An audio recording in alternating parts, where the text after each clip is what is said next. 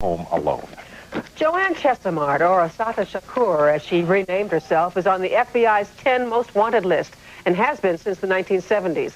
And she is the #1 wanted fugitive in New Jersey. Oh, she is now in Cuba. She sought asylum there. She has agreed to an exclusive television interview with Ralph Penza, and Ralph is here with more on that for us. Ralph? All right, Chuck, Sue, she is a heroine to some. As a fighter for black rights, she is a villain to others who believe she hides her crimes behind revolutionary rhetoric. Back in the 1970s, Assata Shakur was known as the soul of the self-styled Black Liberation Army, an armed group implicated in the killings of several police officers. In New Jersey, Governor Whitman has posted a $50,000 reward for her capture. Meet her now in Cuba. As she walks through Havana streets, she is just another shopper. She passes almost unnoticed by Cubans. Her name is Assata Shakur. In the United States, she is known by the police and FBI as Joanne Chesimard, one of the nation's most wanted fugitives. Wanted for what police describe as the cold-blooded execution of a New Jersey state trooper back in the 70s. She denies it and says of the state cops, they want to just kill me. They want to see me dead. Chesimard was convicted in the killing of Trooper Werner Foster and the wounding of another trooper in a furious shootout on the New Jersey Turnpike in East Brunswick. That's where Chesimard was wounded, and one of 2 men in the car with her was killed. The other later captured. Police say that after Trooper Forrester was shot down, his own gun was ripped from his holster and 2 bullets were fired into his brain. After her capture in that deadly shootout, she was sentenced to life in prison. In 1979, with the help of 3 armed men, she broke out of the women's prison in Clinton, New Jersey. She made her break this afternoon from the prison in Clinton, New Jersey, and lawmen once called her the soul of the Black Liberation Army. Chesimard went underground and then surfaced in the 1980s in Cuba under Fidel Castro's protection. Now, at 50 and a grandmother, she agreed to talk with me in Havana. Chesimard, or Assata Shakur, insisted she had killed no one and was railroaded by an all-white jury and by what she called racist New Jersey state troopers. Did you shoot Werner Foster? No, I did not.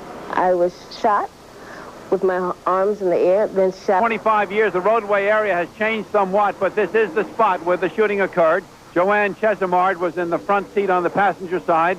The driver of the car and Trooper Forrester were in the back of the car. It was after midnight, and shots rang out. Harper, who was the other police that was at the scene, other trooper, started to shoot. And, you know, after that, everything is like foggy. It was horrible. It was like a prolonged version of hell. You know, I felt like, you know, everything was moving around. My chest started to explode. My head started to explode. And the next thing I knew, you know, they were coming by me and saying, is she dead yet? Is she dead yet? And I was later taken to a hospital, and I was beaten. I was tortured. I think that, you know, as so happens so often with the criminal element, they have a tendency to turn things around, and they become the victim. We've got to remember that, #1, there's a trooper who is dead. And why did Assata Shakur escape from prison using hostages as a shield instead of appealing her case to higher courts? I never received justice. And I escaped, A, because I was afraid for my life, and B, because I knew that I would never receive justice. Tomorrow, Assata Shakur's life in Havana and the determination by the New Jersey State Police to one day recapture her. And we'll hear from Rose Forrester, the widow of the trooper who was killed. You just can't imagine what she did to us. Claim that she was left on the ground to die. Colonel Williams told me she and her Confederate actually sped away in their car 5 miles down the turnpike before she was finally captured, and that it was Trooper Forrester who was left on the ground to die.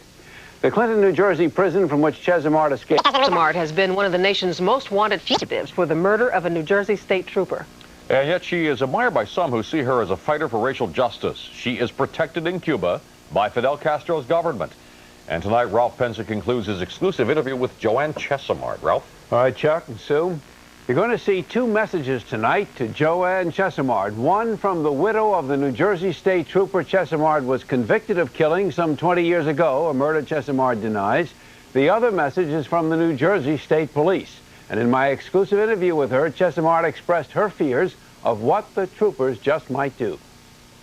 I'm afraid that they might assassinate me. They might try to kidnap me. Joanne Chesimard, who calls herself Assata Shakur, talking to me in Havana, Cuba, talking of her fears that the New Jersey State Police will somehow find a way to get to her. These people will stop at nothing. In 1979, Shakur escaped from a New Jersey prison where she was serving life for the murder of State Trooper Werner Forrester. Police said he was executed with his own gun. It was such an unfair trial, by an all-white jury. Joanne Chesimard is the #1 fugitive for the New Jersey State Police. The head of the state police intently watched a tape of my interview with the convicted cop killer as she claimed state troopers tortured her in the hospital. You know, they stick their hands in the wounds. Does it hurt here? Does it hurt here? It's been almost 25 years, and I'm sure that she's replayed this and turned it around to her benefit many, many times.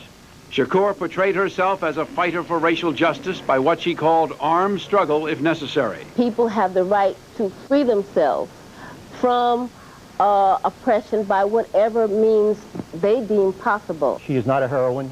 She's a murderer. Colonel Williams called Shakur's fears of police assassination ludicrous, but then he gave me this startling comment. We would do everything we could to get her off the island of Cuba, and if that includes kidnapping, we would do it. Colonel Williams told me the police determination to recapture Chesimard is fired by the memory of Trooper Forrester on the memorial wall. She killed my husband. Rose Forrester, the trooper's widow. Their son was just 3.5 years old when her husband was gunned down. My son lost his dad. He grew up without a dad. You know, he never saw his son going to school.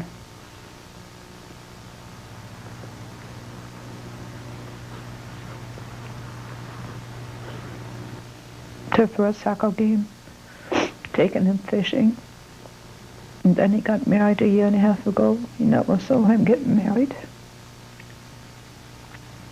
And I think my son really missed to have a dad. I say to her that I am totally sorry that her husband was killed. I did not kill him. She is sorry? I doubt it that she is sorry. No. I think they know that what they were doing that night. Anyone who suffers a loss is in great pain. And I hope that she understands my pain as well. She don't know what suffering is. As for Colonel Williams' statement to me that he was prepared to kidnap Joanne Chesimard from Cuba, later in the interview he said that only lawful actions would be taken, but he didn't elaborate. The top state police official added that even now, almost 2 decades after her prison escape, he has a detective working full-time on the Chesimard case. Williams told me, and I'm quoting, "Chesimard better be looking over her shoulder all the time." And I'm going to have more on this story on Weekend Today in New York, and that is Sunday, beginning at 6 a.m. Folks, thanks, Rob. Well, thank you. A dramatic river rescue.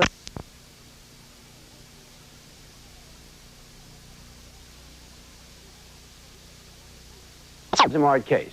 Williams told me, and I'm quoting, "Chesimard better..." She's a villain to others who believe she hides her crimes behind revolutionary rhetoric.